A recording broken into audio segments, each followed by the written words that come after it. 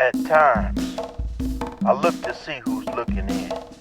Speech in mute to oppression, seeing cosmos deemed, tuned through thoughts like a G-scale, formed in resolutions of inertial causation. Intuition none precocious to not speak ether like the shoes of the fisherman's wife. Often pondering the moon and stars on my shoulders to move suns like miles towards their inner azimuths.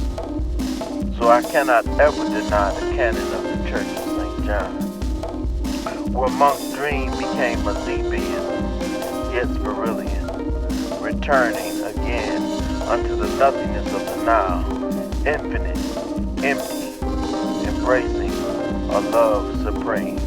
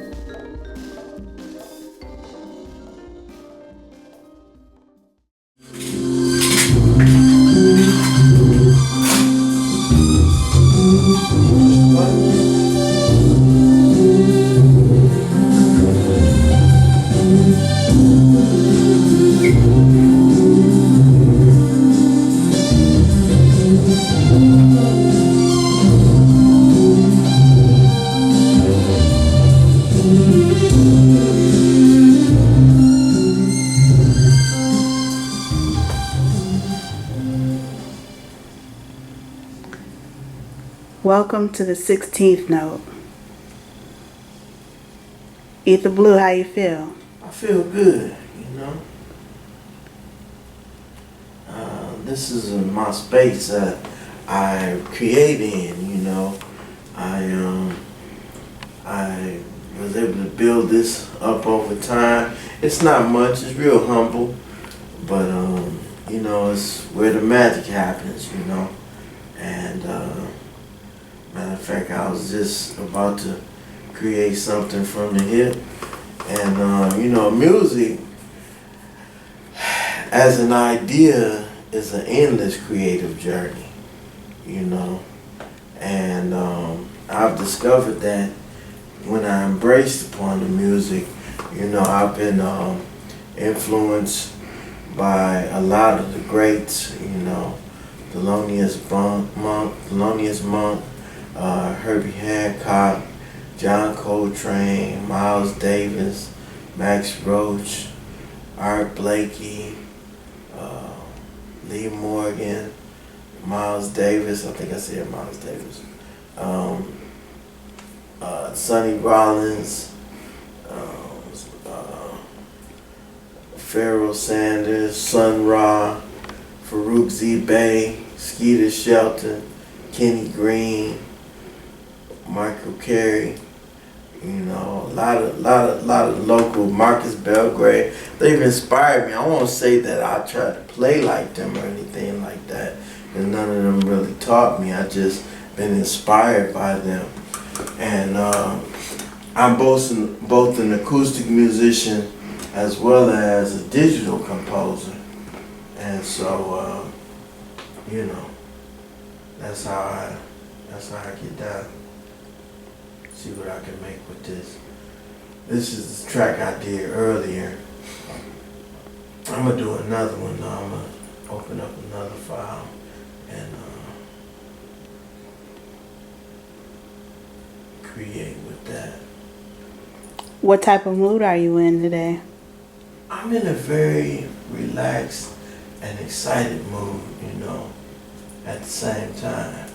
You know, I'm vibing with the warmth. Finally we get a really warm day, and I'm feeling it, you know. I'm feeling it. So I'm gonna celebrate the crowning of this day, which is, you know, it's about 2 in the afternoon right now. I'm gonna celebrate the crowning of this day with doing a rendition of a track that I made the other day called Whisperers into the Null Set of Now.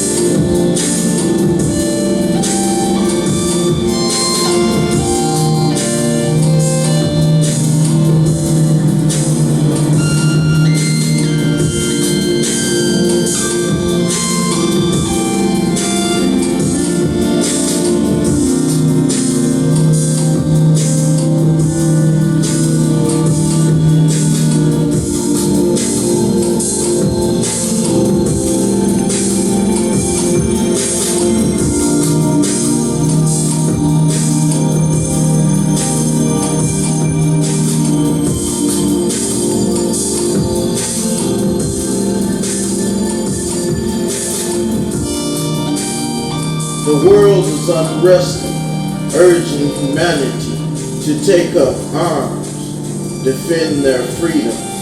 Arms of Kemet, true to my eye. And as the light shining, weapons of mass construction build on the principles of love, intuition, freedom, energy, raising our collective frequency to a higher power to receive the destinies of time. The scrolls you will receive will aid you in the perception of new realities, harmonizing elementals, ether, air, water, fire, earth, to see beyond oblivion.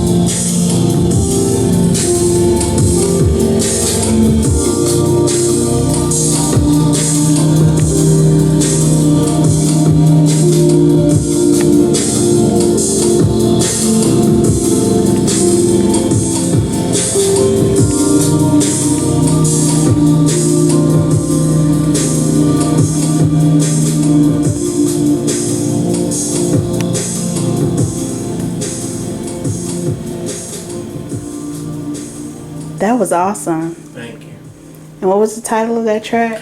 Whispers into the null set of now. A null set is something that has no real value, as they say. It's like a zero with a line through it. Mm-hmm. And the null set of now is kind of like it. The moment of now really has no value until it's whispered into with life. You have to take every moment and breathe life into it for your own benefit and others. So that's why I titled that Whispers into the Notes of the Now, because it can take any moment and breathe life into it. Awesome. The more you talk about breathing life, I remember times I heard you in the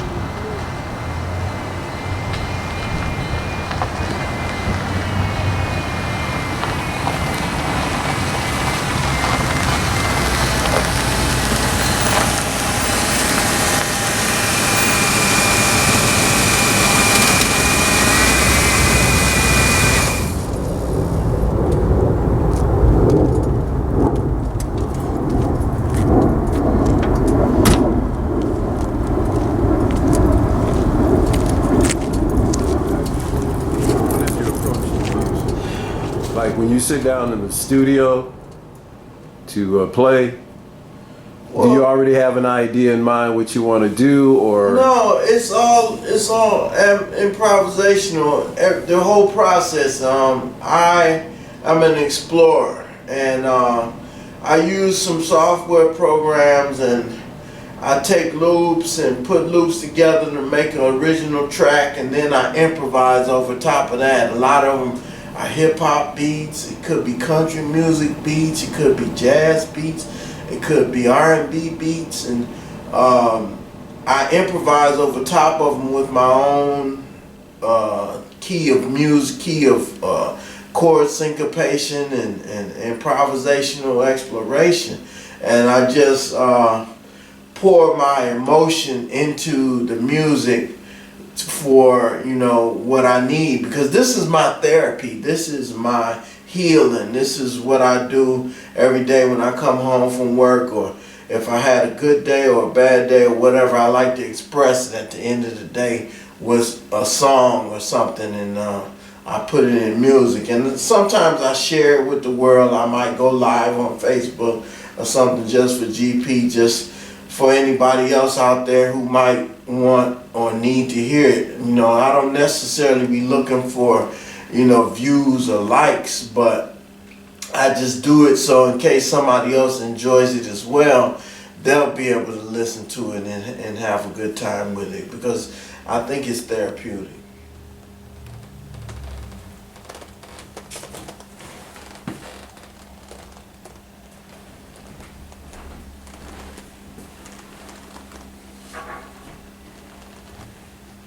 Okay, so briefly, show me your process. All right, this is I use the. What are your tools? What are your DAW? What is your? I use GarageBand. I have an old MacBook, and it has GarageBand. I think 8 on it, and I use that with some instruments. Some of them I created, and some of them are come with the program, are default. And then I use Logic Pro. I have a MacBook Pro that I bought in 2015, and I have like 36 instruments on here that I created, and I usually I use this template I created, and I ended up putting all of the instruments on one software file. That way I don't have to keep adding them all the time, and I just open it up. And then what I usually do is, like, if I'll make a track here, like I'll go and find some loops, something that I like. We'll go with urban, and I'll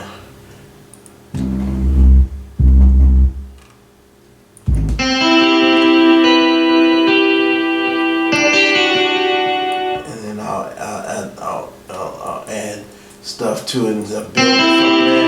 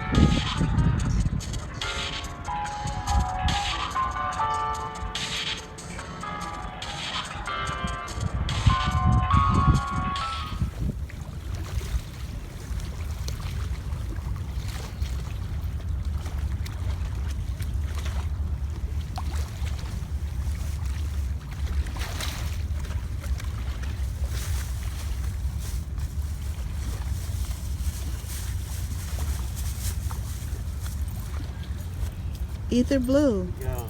Good morning. Good morning. I see you're keeping up after the litter bugs out here. Yeah, they got the park real nice now, so it's like, you know, when you're out here, you gotta try to keep it straight, at least when you're around the area, because somebody might come behind you. That's the way I am. If I go somewhere and something is down or whatever, I like to clean it up so people can say, you know, when you was there, if they come behind you, they be like, they won't say, well, man, that man left all that trash. I'll be like, nah, I straightened it out. I think if we all cared a little bit, just a little bit about what we have, it would be better, you know, as a people. You know, black people always want to go on the other side of the fence all the time. And we got everything nice for ourselves as it is, you know. And that's for any people. Most people, I think the oppressed mind functions in a way where it's depressed. So any way to relieve stress, it comes out just in the very fabric of every little thing we do. So instead of thinking, well, I'm gonna take this to the trash can. We say, well, shoot, it's junky out here anyway, so I'm gonna just throw it down. And that's how a lot of people do with neighborhoods. And I think it happens everywhere with all this artificial plastic and styrofoam and stuff like that. You know, there's a lot of this going on over in Africa, but they've learned a way to recycle, and they even have built homes with this stuff. You know, and but So you're very earth conscious, brother? I won't say very. I just like nature. I like the balance. I like the eco balance between nature and technology. I think technology and nature goes hand in hand. I think that you should keep green green, and then technology should have an ecosystem where it accommodates nature. You know, I don't think, you know, there's a motto where, you know, you might see in Star Wars there's an ecumenopolis and the whole planet is a city. If that ever took place, I would still want to have a vast majority of like a central part of the planet or whatever that would be a green space. Right. You know, if they ever got to that, you know, that would be, if they did, it would be millennia in the future, you know, for them to get to that kind of technology here on this planet. But, you know, I like green. I like green. I like this experience of humanity. It's a beautiful thing, you know. Out here amongst the trees and the lawn and the water, it seems like this is a good place for fresh air and health. Yeah, it is, and that's why I like coming out here, because it allows you to clear your mind and see things clearly, focus on positive and peaceful things, you know, and everything to me is music, you know. If you listen to these waves crashing against the shore, those are notes of a song. It's notes of a celestial song. And it's been written for centuries and eons, you know, the noises and sounds of nature. And I like to capture that in a different way when I make my music sometimes. Sometimes I like to embellish it with a lot of electronic sounds that will get you to think about, when you hear it, you think about nature, you know, faraway places, distant realms, planets that are all natural and have the eco balance that I'm talking about. I hear a love for science fiction in your discovery of the earth and nature. How does science fiction play into your music? Well,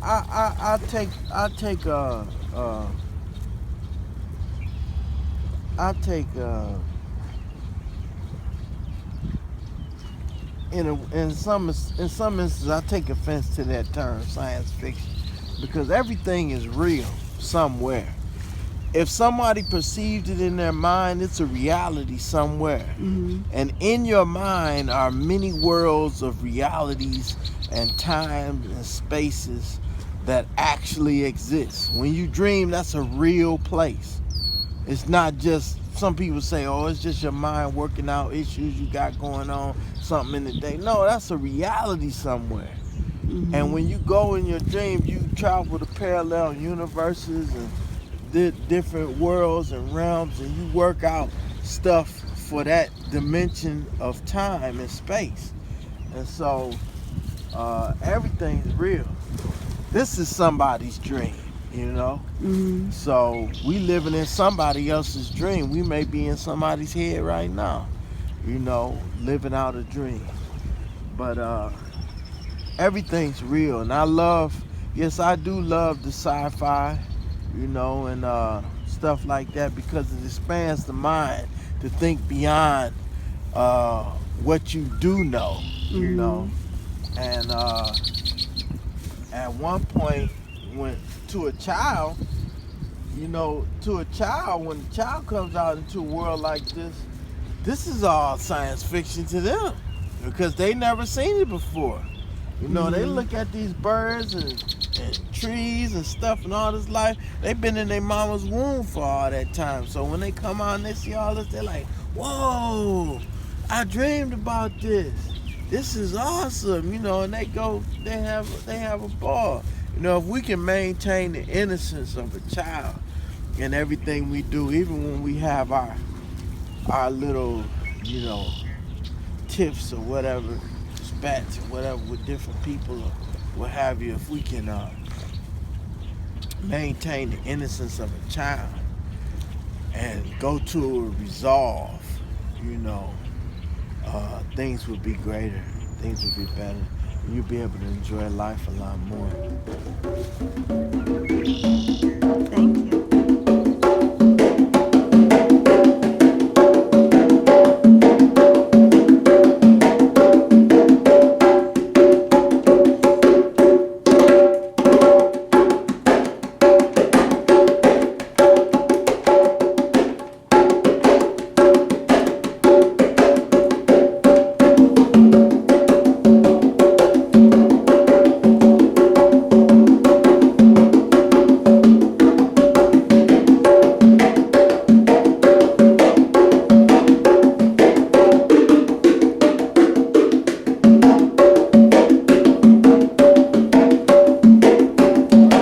Tell me about how did drums introduce themselves into your musical experience? Well, this particular drum right here, this Matador, I bought from a brother named Ife Best. And I said, man, you know, before I bought the other drums, I said, man, I don't know how to play drums. And I really don't consider myself to be a percussionist. I'm just a musical explorer on all the instruments I play. But he told me, he said, you get that drum, and that drum will teach you how to play it itself. He said, just listen to it. It'll tell you. And so that's what I did. And so being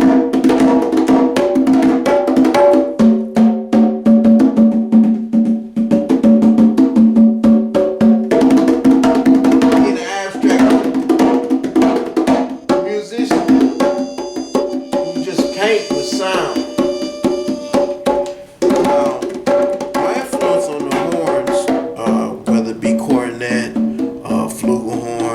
Trumpet or pocket trumpet.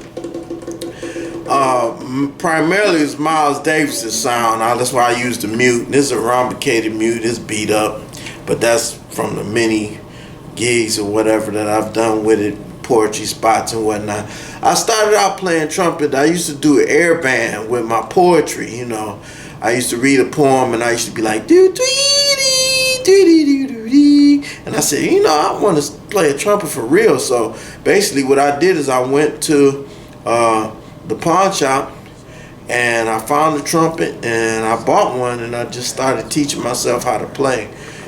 But anyway, I started playing it, and I also was influenced a lot by Skeeter Shelton and Faruqi Bey. I'm nowhere near as great as them guys, but they inspired me to be abstract, and they told me to keep doing what I do and play and be yourself, always be yourself. So that's what I did, and I started with my group Epiphanies of Sound, and that's where I started doing a lot of the abstract saxophone and stuff.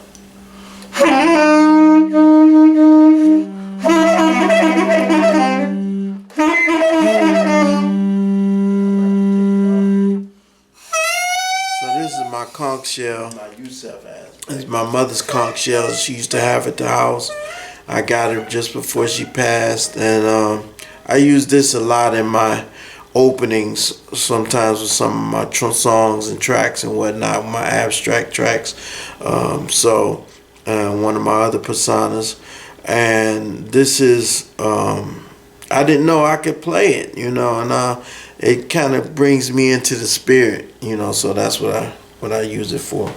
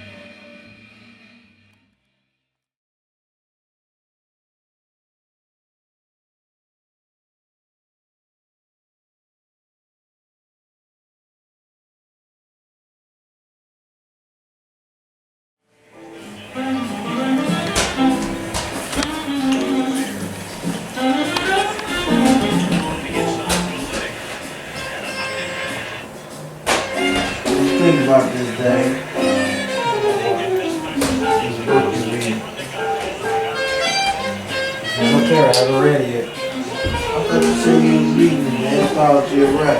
I said if it's up there, I have not read it yet. I started it, but I haven't read it. All the books up there, I haven't read yet. I've read some of them. Not all of them.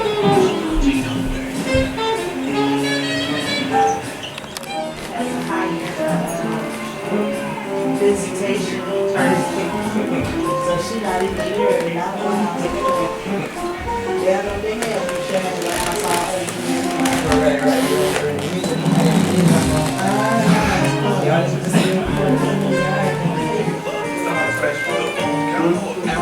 Who's the holiest? I know I'm a heathen, so they pray. God, we thank you for this day. We thank you for family. We thank you for friends. We thank you for the food that we're about to receive. We ask that you bless the hands that provide it, bless the hands that prepare it. Make us worthy to receive it. In Jesus' name we pray. Amen. Hey, baby girl. She bought everything under the sun to get rid of Take your coats and gloves and stuff off, but don't lose them. Come here, let me help you. Huh?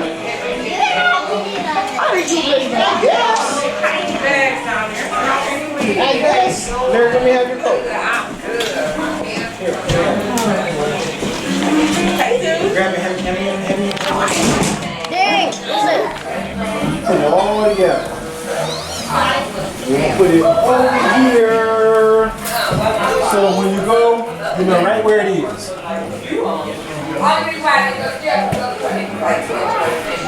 Okay, so I'm at the museum. So what you been doing, girl? Okay. So, I had a semi-car. Tell Apple. She already said that's why I was on my way. Every first Sunday is family dinner together. It was started before the ascension of our parents, Heyman and Melita Cross Sr., to bond the family closer together and to teach the grandchildren the importance of family by my older brother, David Jonathan. This is the key to Aether's vibrational harmony, for if it were not for family, the balance could not be. As the last of 11, I know how important family is. It is the key to transcend all of life's struggles and critical to the endeavors of enjoying it. A strong family is like a deep anchored ship in a storm, or the mainsail hoisted to traverse the plains. It is the very fabric of the divine quilt stitched together with the love of countless generations. You said, yeah, what had everything you hit on? So like, which one? Okay, the wall. All right. Okay. Yeah, so the wall is a place where I literally from my brain onto the walls. It's like any artist. Every artist has their medium. So painters have paint, sculptors have their clay and marble or whatever. I have words, loving words specifically. And so the wall is a place where I dream, I curate, I manifest, and whatever is going on in my universe, it lands. And actually Bleu was here and we talked about the wall. We talk about the wall a lot, and it's not any different from hieroglyphics. And that's where he and I connect. I was one that was not told about the Kemetic philosophies and histories. That was not part of my language. So meeting him he's kind of like my personal teacher. I refer to him as my brother-in-law. And he teaches me a lot, and we connect on several different levels, but one is definitely that cosmic connection. My brother-in-law teaches me so that I can cure myself from my cultural amnesia. And so that's what this is referring to, the cultural amnesia, the remembering of who I am and why I am here, why each of us are here, and that remembering peace and calm and knowing that God's got this.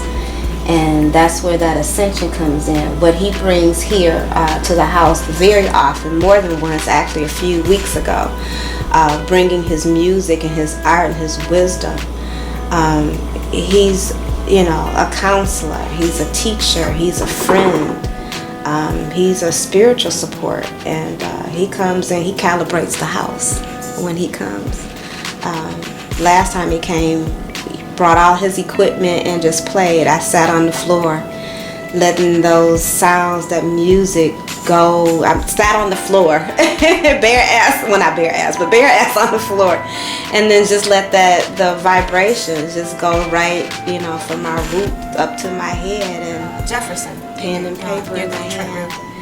And that space was a space, where the poets and visual artists, musicians gathered, and we didn't connect immediately then. We knew of each other. He had his cornet, and that just blew my mind, because that was probably actually one of the first times that I had ever seen or heard, experienced live music in a space like that, where the music is just accessible, fast forward to us, crossing paths through Broadside, Lotus Press, and being on the same stage or in the same lineup reading poetry. And ran into each other again down at Red Door Digital. We're all in the North End, so North End is just, the spot. It was just something. There's always a magnetism, when you know somebody, you love somebody, and have an appreciation for them, you're always going to circle back around. So every time we circle around, we get closer and closer. So here we are, last year, 2016, and me doing Hip and Zen in the North End and live home concerts and author talks and such. And I was like, hey, come on through. So he comes through, and he brings his cornet. He sits in. He's real quiet, laid back. That same time period, though, my mom had come over. She said, well, you don't have any art in the walls. We got to fix this. So I go over, hang out at Bleu's house one day, and he's got all his artwork. And I'm like, wow. So he brings his artwork here. And now here's where like a couple of interconnections come in. We have a love. I have an appreciation for his music. We have a definite love for words. Huge logophiles, he and I are. Cosmic minded, he has the language, and both of us have this feelings, empathic history. We have the strong connection. We have also a deep interest in psychology, and sociology and anthropology and everything. So all that fused together, me needing art on the walls, and what perfection it was for him to be an artist that says, hey, I've got some art for you. So it's actually for sale. However, I'm holding on to it until somebody else sees that it's valuable for them as well. But what it is about the art, and I'm very 3-year-old when it comes to art, the colors and the shapes. And there's such a vibrance to this. And he brought the work here, and it literally changed. It created a shift in the house. This room is where he's also performed as well. We have this thing with what other people call depression, clinical depression, schizophrenia, depression. These clinicians diagnose and use labels. It is just that we are energy, and we vibrate at different levels of energy. And sometimes I vibrate really, really low.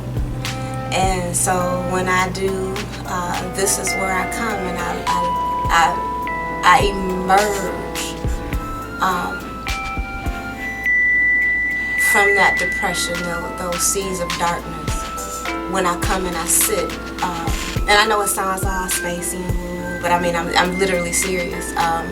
You come and you look at these pictures, these paintings, and you imagine. He has a really cool backstory about, the paintings that resonate with me, but they're just so beautiful and simple, and I can get lost in them, and the colors mean something, everything means something. But above all that, it's just that they're uplifting and they're vibrant. And this one, actually, he did tell me a little bit about, told me about this one. They're musical notations. And so when he comes and he's able to actually give the story, I'm like sitting like this. Like, tell me again, tell me again, tell me again, about what each of the paintings mean. But I know it's just love. They've just brought love in here and history. And they just reach a part of my soul that I don't even know what it means. I don't care what it means, but I know how they make me feel.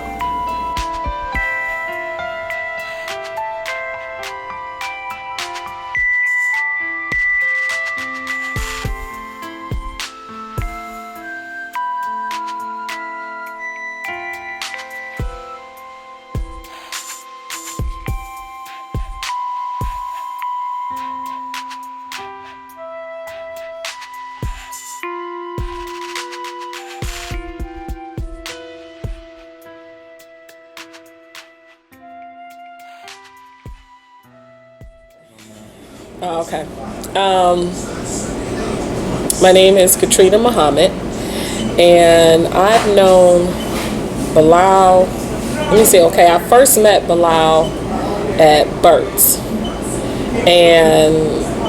Burt's Eastern Market, and it was a poetry night that I was giving there, and I remember. I believe he had his drums then. I'm not for sure. He always carried his drums. It seems like I remember that. And I remember him accompanying me and other poets with his drums, and it was so nice. And I just remembered that. And I don't know if I said something to Bleu that first night that I met him and saw that, or if it was the next poetry. And I think it was on a Sunday, because Burt's was allowing me to do poetry night on a Sunday. It may have been that first time or maybe the second. But I knew I had to say something to him because I had never heard anyone so talented before in the drums. And it just created a whole new energy to the poetry night that we didn't have. And it was like the missing link, you know? And then in addition to that, his poetry was so well written that it just gave you an emotion, you know? So I said, I need to talk to him. And I remember introducing myself, and I remember him introducing himself, and I just came right out with it. I need a host of the show, and you're really good, and I would really like for you to be the host of this poetry night on Sunday. And he said yes. And I was so excited because you ever get that feeling when you meet somebody and you just know, I'm going to like this person and we're going to get along? That's how I felt instantly with Bleu. He was so easygoing, and he was very pleasant and kind. And I didn't know at that time his training, you know, having been an FOI and a Nation and all that. I didn't know any of that. I just knew he was an artist, he was a drummer, really liked this guy. And so that's how it began. He was the host of my Sunday poetry night. And it was a great show, and it was a great run. We did it for a while. Maybe it was about a year before the gallery, getting the gallery. Who Bleu is to me personally is he's a brother, first and foremost. Like literally my brother. I don't have any brothers. I'm an only child, but I feel like out of all of the friends I've had, or just men I've met in passing or what have you, or even my family members, like cousins, I feel like Bleu is my brother, my spiritual brother and real brother. And so in every sense of the word, in terms of my security, my confidant, someone who just has my back. I can bounce ideas off of him. He can tell me when I'm wrong and where I need to, rethink something and possibly go back and atone and apologize. He's my brother in every sense of the word. He's my friend, like a true friend. And I never understood my mother when she said, you know, the older you get, you're going to be really happy if you can count your friends on one hand. I did like this. I remember saying to her, Mom, that's only 5 fingers, you know, like, what are you talking about? That's not a good thing. That's just 5 friends. That's it. Mom, I got a bunch of friends. My whole class. And she said, no, you don't understand the word friendship yet. But God willing, you will. And you will be fortunate if you can count your friends on one hand. So now that I'm 40 plus, we're not going to go there, but I'm just going to say, I totally get it. I totally understand what she was saying. And among that friend list, I would definitely count Bleu at the top of that list. No doubt about it. He is, I guess, my self-accusing spirit. He's a part of that, because I'll call him and say, hey, you know, this happened to me. Did I handle that right? What's your opinion? And I'll give him all the facts, not just keep certain stuff out that I want him to hear. No, I'll tell him everything. And then he'll tell me, nah, or yeah, I understand.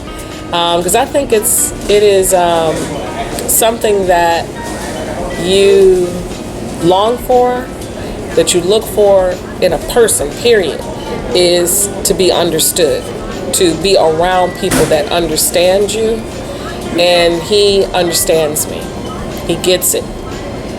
And that's just invaluable. Like, that's invaluable, because the older you get, you talk to people, and it's not even an age thing. You know, you could assume maybe someone's a certain age and they're mature enough to get it or understand or just know, and it has nothing to do with that, and they don't know, they don't get it. Bleu gets it. He gets it. And that is something that, I mean, it's priceless what that is worth. Truly.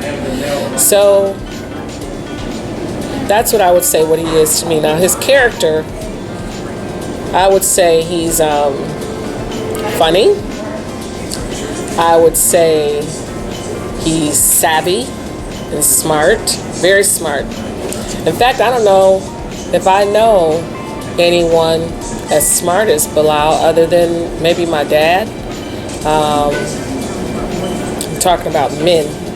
Of course, I think my mom's smart, but I mean, from a male perspective, I mean, if I had to say or name the top 5 people who I've encountered, mentors, ex-managers or bosses or whatever, classmates, just male figures who I personally know that are intelligent and smart, he would be in the top 5, maybe in the top 3. And that's saying a lot, because I've lived, you know, a lot of different states. I've met a lot of people. You know, I've done a lot of things in my life, and I've met a lot of people. But to really know someone and know them deep enough to see that intelligence just kind of ooze out of them in everything they say, everything they do. There's a reason for it. It has a deeper meaning. That is Bleu. He is, everything he does, it's a purpose, it's a reason. Now, some people can be very surface level type of people. He's not like that at all. And he makes you think about yourself, what you're doing, what you're saying, how you're living, the relationships you have with people. He makes you think, because that's how he lives. I would say he's very giving.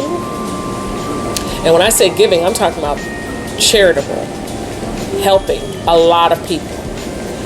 And I consider myself charitable. So I like being around other people like that, where one day you pay for lunch, the next day your friend's like, no, I got you. And it's that give and take thing. It's not somebody who's like using you. No, it's someone who is giving back to you just as much as you're giving to them. That's Bleu. Very giving. I would say very spiritual. He's a spiritual person. And maybe this is because of the fact that he's a Muslim, which is just one who submits.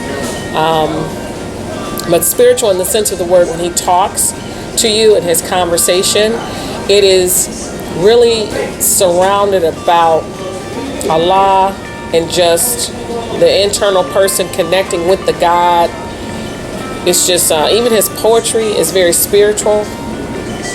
So he's a spiritual person. He's very in tune with other people, their feelings, their emotions, and just the higher, bigger purpose in life. I would say he is very mature. And mature in that he knows what he wants, he plans for it, and then he moves out and makes it happen.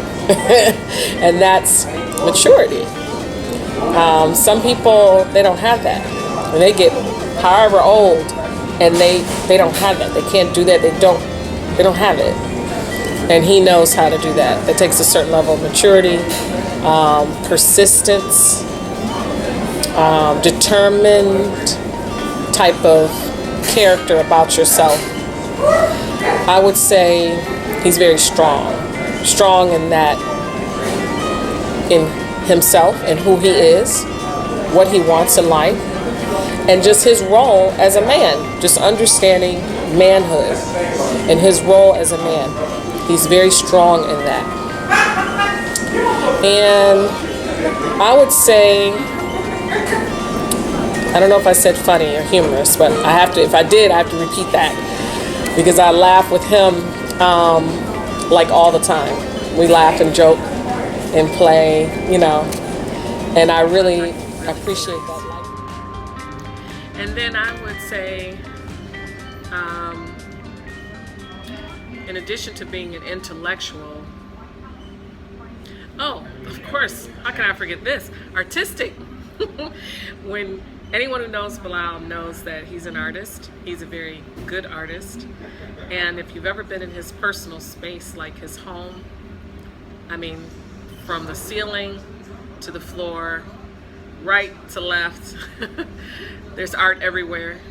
And having owned an art gallery, which he also helped me with that and worked with me with that. He was the art manager for a while when I had the Red Apple Gallery downtown Detroit. I love art. I think it can make your day better. It can help you in your spirit. And his whole entire house is filled with artwork everywhere, to include the doors, like the internal doors in his home. He has artwork on that. And I love that. I love that free spirit. I love someone who appreciates beauty. I think he's that type of person. And I would add sensitive, because when you can appreciate beauty, you can appreciate flowers and artwork, that means you're sensitive. You're in tune with the God, with the greater purpose, and that's him. And I would say strategic. That'll probably be the last one I would mention. A thinker, strategy. I'm not sure if he knows how to play chess. He probably does, but chess players, they're thinking several moves ahead of the actual move that they're about to do. And so it's really a thinking game. It's really a thinking game, and that's Bleu. He's a thinker. He's a reader. He studies. And I just appreciate that, because so many people get trapped into frivolous stuff in their life and distracted by it. Just veer off the path, When I talk to Bleu, he's telling me about a book he's just read, something he's just studied. I mean, the conversations are intellectually interesting and stimulating. And I can't tell you how pleasant that is to talk with someone that has a good conversation and that they also appreciate having intellectual conversations with someone else. That's very nice. And so I'm always learning from him. And I appreciate that. I really do. So I love him. He's my brother. Reading everything? Yes, Angel is my baby brother. And so when, I don't know if he told you that when he was born, my mother felt very ill. I mean, after, he was the 11th child, so after 11 children, there was no more of anything in her. So the doctors told my dad that my mother was going to die, but we knew she wasn't. And he literally, the baby had to come home. My mother stayed in the hospital for almost a month and a half, and the baby came home. I was 13, so I lied to all my friends and told them I had a child. And he would sleep with me. I would carry him around. I'd run home from school. He was my little bitty everything. And so then, after my mom got well, came home, and everything returned back to normal, of course I grew up, and I was getting ready to go away to college.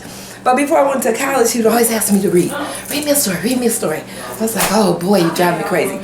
But I would read him Dr. Seuss books, and he loved Dr. Seuss. And I would just read him and read him and read him, and I didn't know that as I was reading, he was following the words. And then he started saying the words. Of course, I thought he was mimicking, but he wasn't. He learned how to read, and I was so proud. I was like, oh, I taught my baby brother how to read. So that's my big agent story. He would be the one I make sure to look out for. And he's been my great cake maker. Now, did he tell you that my mother, because her health never really returned to where it was, did he tell you that my mother taught that boy to cook when he was like 5 or 6 years old? He was making like real food, like cooking his breakfast. She taught him literally everything. And that pound cake that he's so famous for, my mom taught him how to make it. No recipe, you know, she old school. You put this in and put that in and put that in, and literally, that boy can cook. He can cook, and he makes the best lentil soup you ever had. So,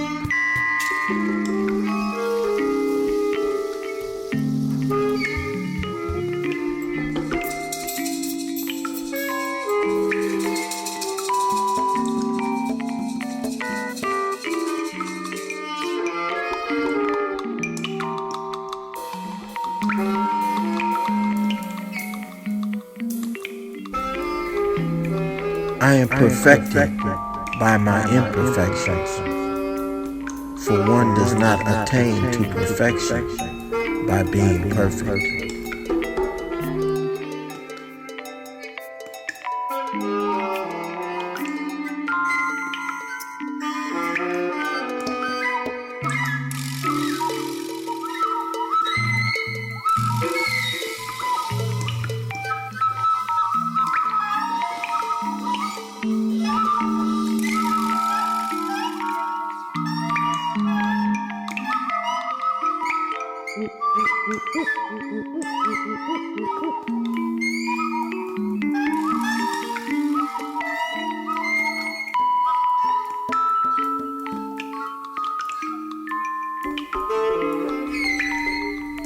The unspoken word speaks louder than verbs, and I hear.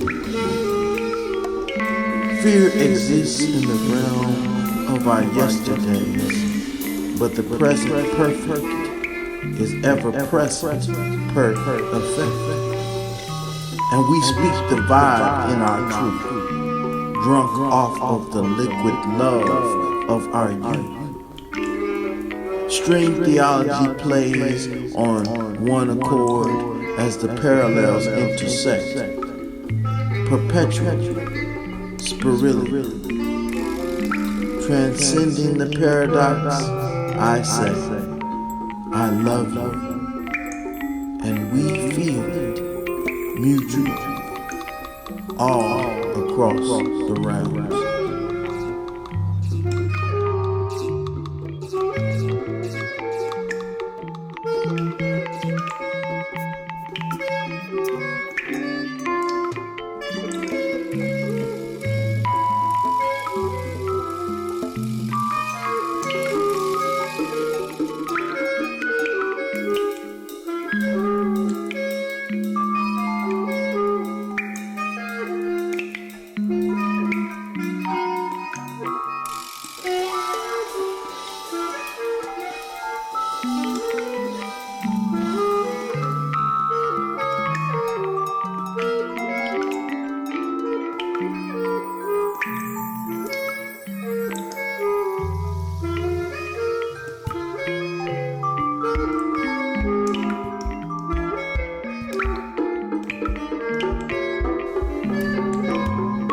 Like the rain falling down on her skin, dripping on the window panes. So I indulged the essence of her rose until she blossomed into a bouquet where I would find her in the afterlife. Come forth by day, my king, she summoned, and I sipped the goddess nectar in the rain, and she emerged a butterfly, beautiful, black, blues, and I listened to hear her song, hypnotic melody, intoxicating rain, silence, a kiss, bliss.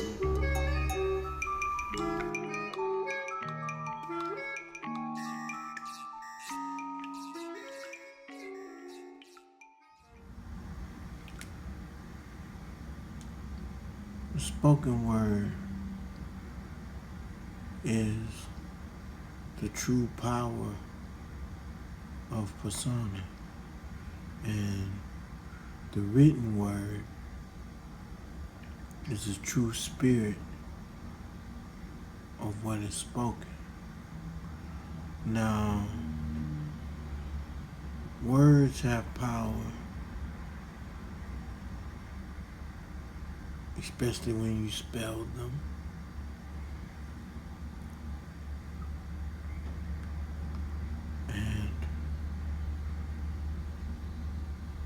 The sounds can either heal or harm. We've been in this realm for a long time, and we've wrapped our power up into English. And you know, when you play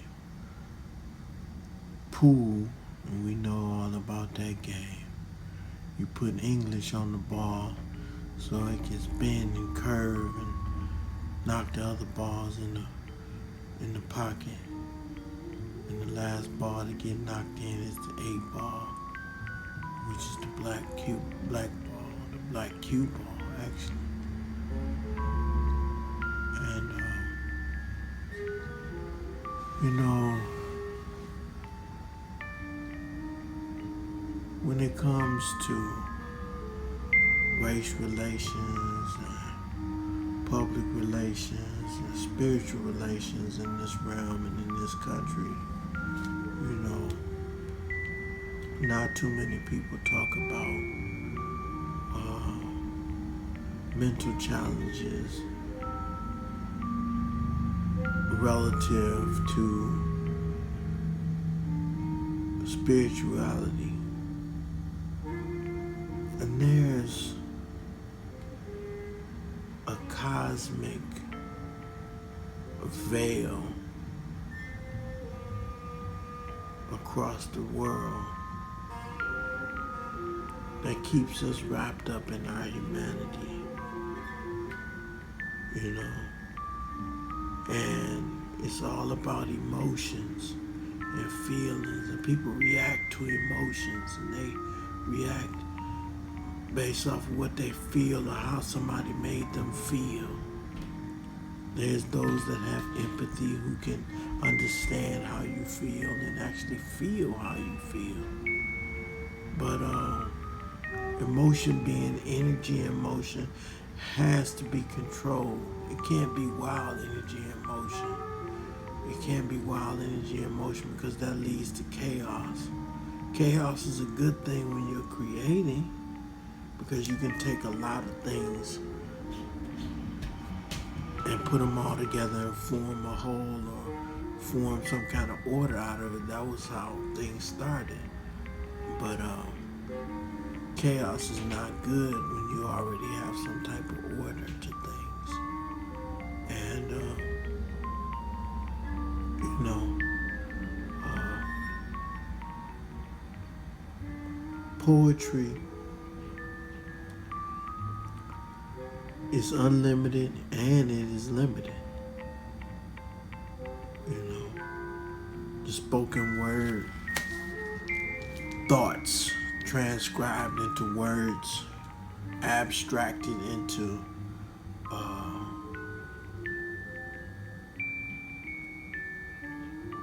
creative fusions of thoughts, you know, painting with words, you know, you add color, you add sound, you add thought, you add dissonance, you add harmony and melody. It leads all to the same thing of music because the sound of somebody's voice is what we long for and what we will long for when we enter the dark. The power of someone to call us forth from the realm of darkness. And this could be your thoughts, or it could actually be a dark place.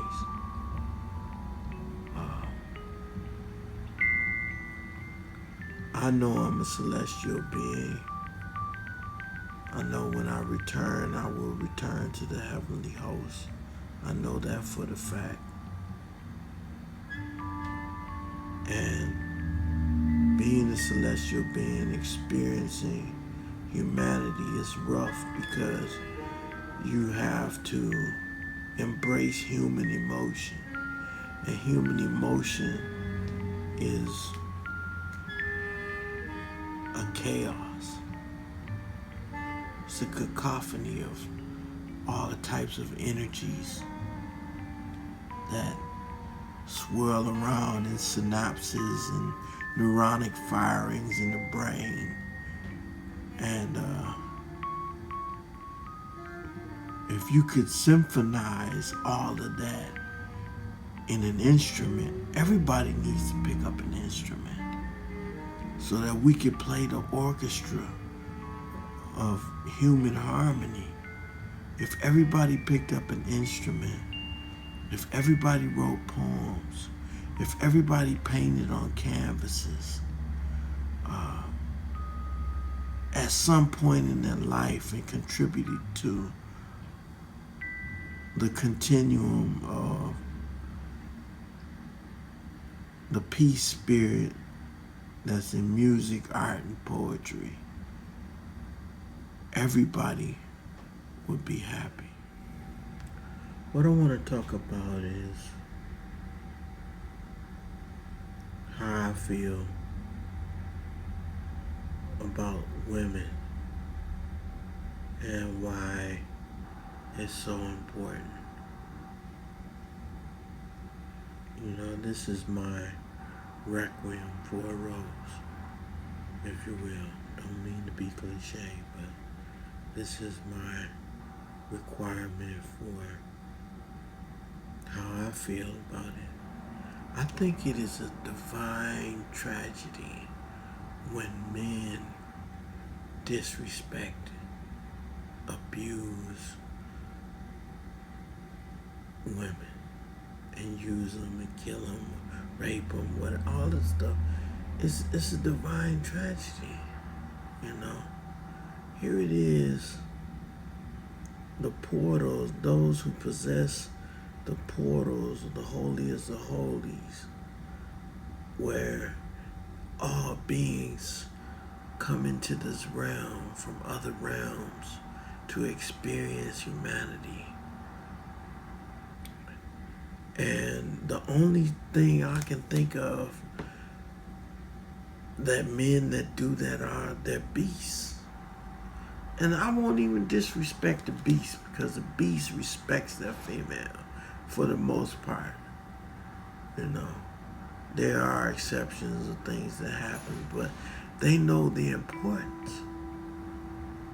And there's been a lot of abuse and mistreatment and killings and rapes of women all throughout the centuries for a long time. It goes back to probably the Nephilim and fallen angels, and just times when everybody just thought they just need to take a woman, you know.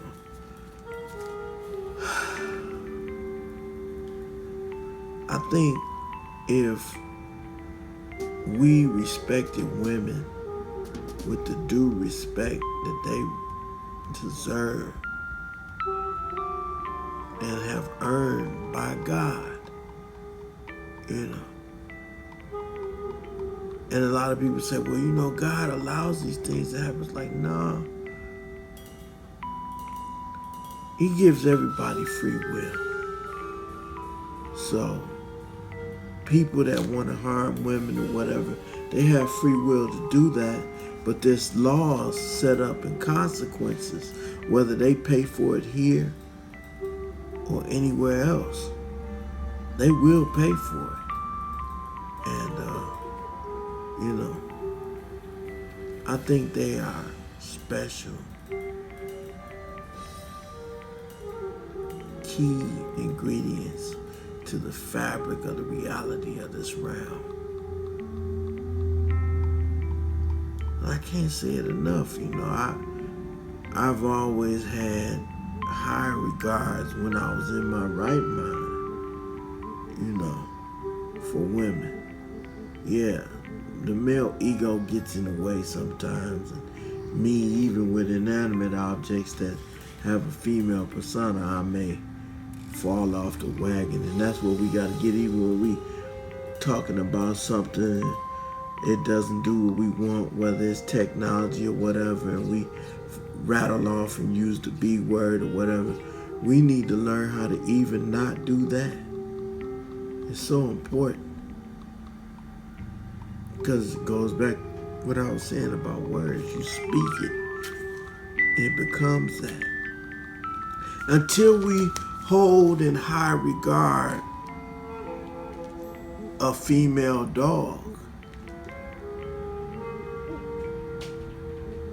then we will continue to suffer the maladies of our own tragic thought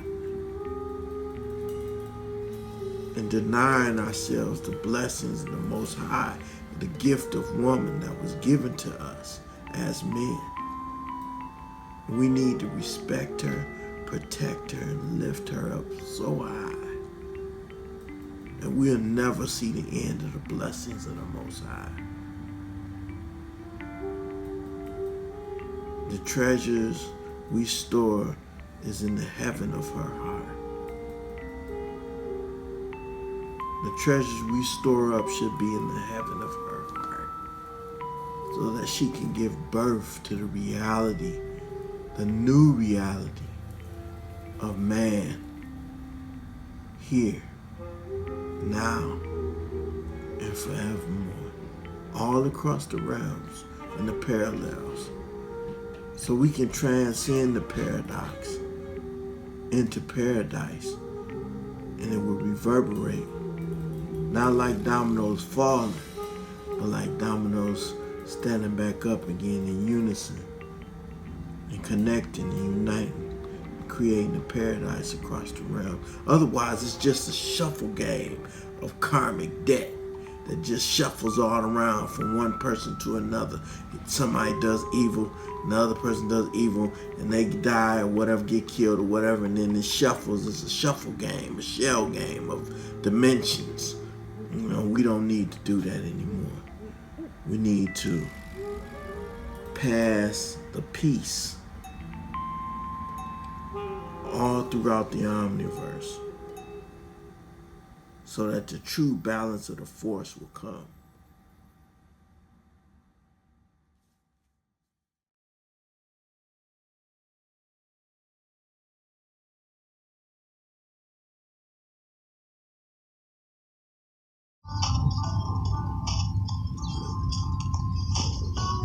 Bleu, Yeah, I see you brought your own soundtrack to the island. yeah. What are you listening to? It's a track I made the other night called The Luxury of Love Beyond Time. And the inspiration of it is when you find someone that you enjoy being with and that you want to spend your life with. That's the luxury of love beyond time, because that's when time becomes irrelevant, because the only thing you focus on is you and that person and the things that you do together. And those things that you do are etched into a period of time that can't be taken away from you, you know. And I was just thinking about those things and the sounds I wanted to have in the track. I wanted it to be mellow and relaxing, kind of like out here on the island, you know. Yeah. What instruments are you playing on that track? All keyboard with, you know, embellishments, different keyboards and synthesizers. I like to. I'm influenced by Monk, and Herbie Hancock. Herbie Hancock mostly when I play my electronic keyboards. I like Herbie Hancock, Chick Corea,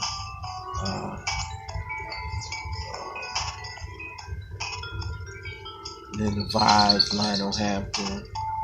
I got instruments that I made up that I named after them on my software programs when I play electronic music.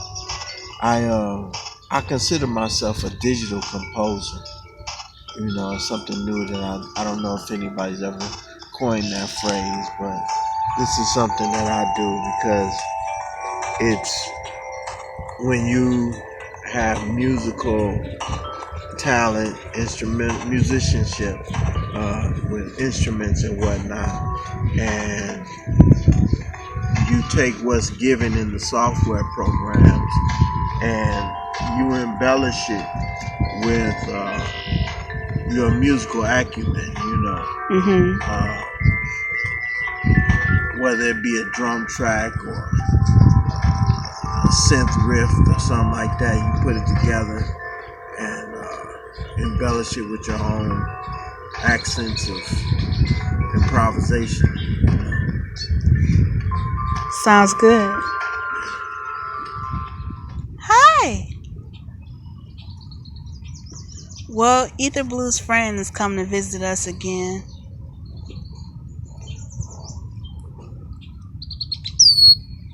Hi. Hard at work finding food for himself. But I think he just wants our company because he keeps coming back. And each time he's closer. This time he's close enough that if I stepped out 1 foot, he'd be right at my feet. What are you going to call him, Ether? Black. Think that fits him.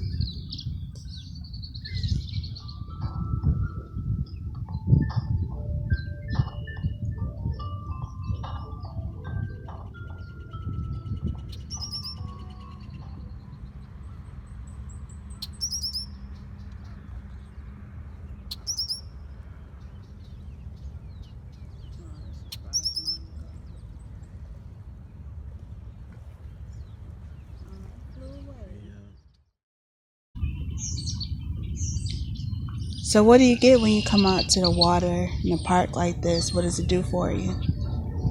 Just peace, you know. I like to come out here when nobody else is out here because it's you get to hear the birds and the trees and the technology, you know, you get to hear helicopters, airplanes, boats, the water sloshing against the shore, the blackbirds and all the different kind of birds singing. You might hear a woodpecker every now and then. Get to see all these squirrels and geese and all the animal life, you know, out here. You're an animal lover? Yeah, I love animals. I love animals. I like nature. Although I don't get out in it much, my neighborhood is natural like that. Even though it's in the middle of the city, we got rabbits, raccoons, possums, squirrels, black squirrels, gray squirrels, brown squirrels. Then all the feral animals, the feral cats, and we don't have too many stray dogs, you know. But I like nature. Nature is really peaceful. It's a really beautiful day out here today. What do you do being an inner city resident when the weather isn't nice enough to come out and enjoy a weather like this? Well, what I do when it's not nice, you know, I might stay inside and create some music, you know, and just think about different things. It's nice. What's your earliest memory of this park? When is the first time you can remember coming out here? Well, my earliest memory is I can't remember that back that far because I was a child, but I remember they used to come out to the giant slide and families would be out here all the time. It's gotten back to being a family park again. It got wild and crazy for quite a few years. You know, a lot of the young people would be over the strip and they got wild and crazy. I won't say what stuff they was doing. You know, if you think wild and crazy youth, that's what they were doing. Right. You know, but it's gotten back to a family park where families can come out and have an outing and sit down and relax on the grass and have food and stuff like that. You know, it's really nice. I know how important family is to you. When you think about places like Belle Park in your neighborhood and various places around the city, what are some of the family memories that stand out? Well, family members, we finally had our reunion here. We had a Guards Cross family reunion out here just before my mother passed back in 2000. It was either 2008. I don't know, did my mother pass or was she still with us? I can't remember. I think she was still with us. I'm not sure. I don't think so. She might have just passed.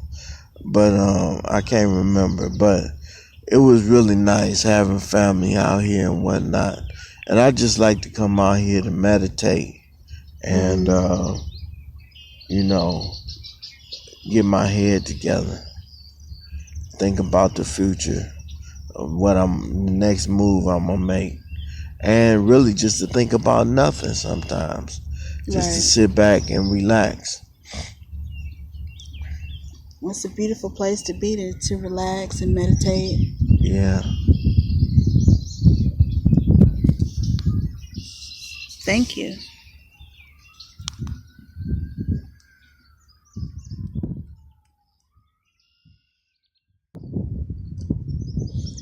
No place I'd rather rather be. No place I'd rather be. Out here on the island in the greens. No place I'd rather be. He's a naturalist. Respects the birds and the bees and the trees as much as he does human beings. He's an artist. Sees shades of blue and green. Something like a Miles Davis track when he looks in the leaves and the oceans and the lakes and the streams. No place I'd rather be than behind the lens seeing life through your eyes. There's nothing more precious than the surprise I get every time I hear a new emotion coming from his heart. He is the start and the end of each sentence I pen in a love poem. He is the middle and the nonsensical and the logical and the theological and the religious and everything I strove. No place I'd rather be than writing poems. No place I'd rather be than cooking fish and grits in my home. Barefoot, happy, at peace, loving me. No place I'd rather be.